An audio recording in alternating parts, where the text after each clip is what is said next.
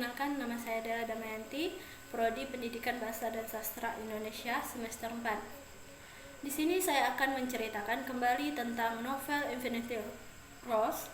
Novel ini menceritakan perjalanan Ryan dan Jingga di Korea Selatan, negeri ginseng yang terkenal dengan drama romantisnya.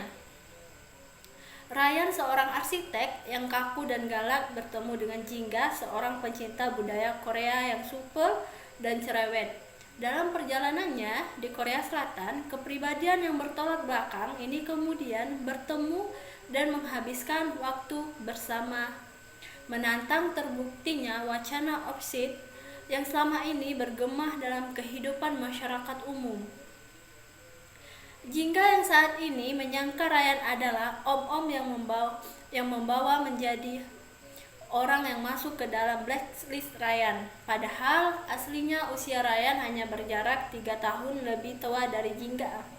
Permasalahan ini membawa masalah baru bagi Ryan.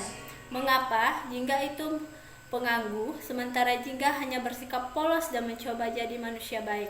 Cerita ini tentang seorang gadis dewasa Korea freak yang mencintai semua berbau Korea, mulai dari film, musik, boyband, dan girl band, makanan khas tempat wisata, adat, dan Korea itu sendiri. Namanya Jingga, 25 tahun, umurnya memang 25 tahun, tetapi aslinya dia seperti anak remaja SMA dan gaya berpakaian dan wajah yang imun membutuhkan semua orang yang akan sekitarnya. Dia juga menyukai pria Korea, apalagi dan seorang tour guide-nya yang bernama Kang Yoon-ji. Kegantengan Yoon-ji membuat Jingga suka padanya. Padahal tahun lalu Jingga juga pernah ke Korea dengan rombongan Together Tour yang sama.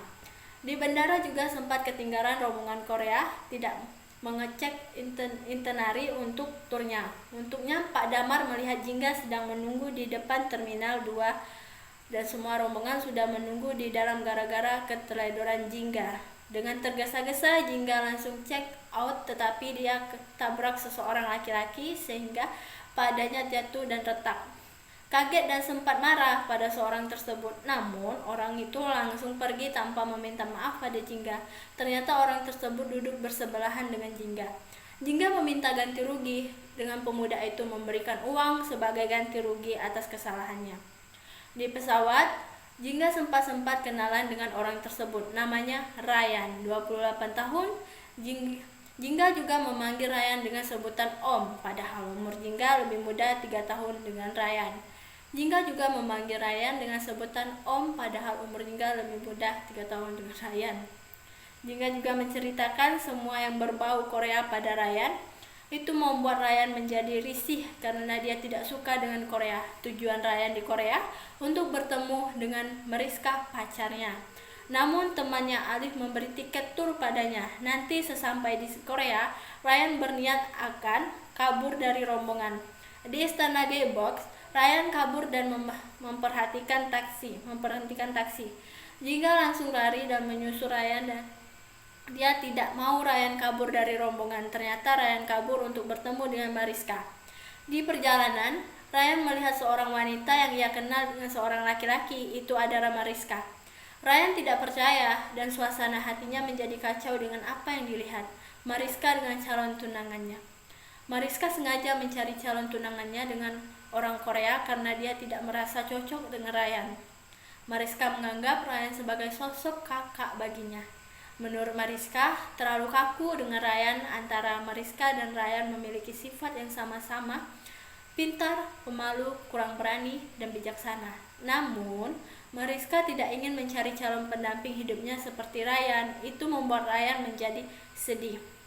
Selang beberapa kenal, akhirnya Ryan dan Kings menjalin hubungan. Tetapi keluarga Jingga tidak setuju karena orang tua Jingga sudah menjodohkan Jingga dengan laki-laki lain. Dan pada saat itu, Ryan kecewa dan memilih menyerah sampai akhir menutup matanya mengenang Jingga. Baiklah, itulah ceritanya. Novel ini mengangkat nilai sosial budaya Korea Selatan dan industri kreatifnya dengan sederhana dan menarik. Apalagi bagi ultimates yang memang menyukai kebudayaan Korea, latar tempat, artis, dan suasana yang dipilih merupakan hal-hal yang sering muncul dalam industri kreatif Korea. Sebut saja artis Super Junior atau tempat ikonik Namsoon Tower.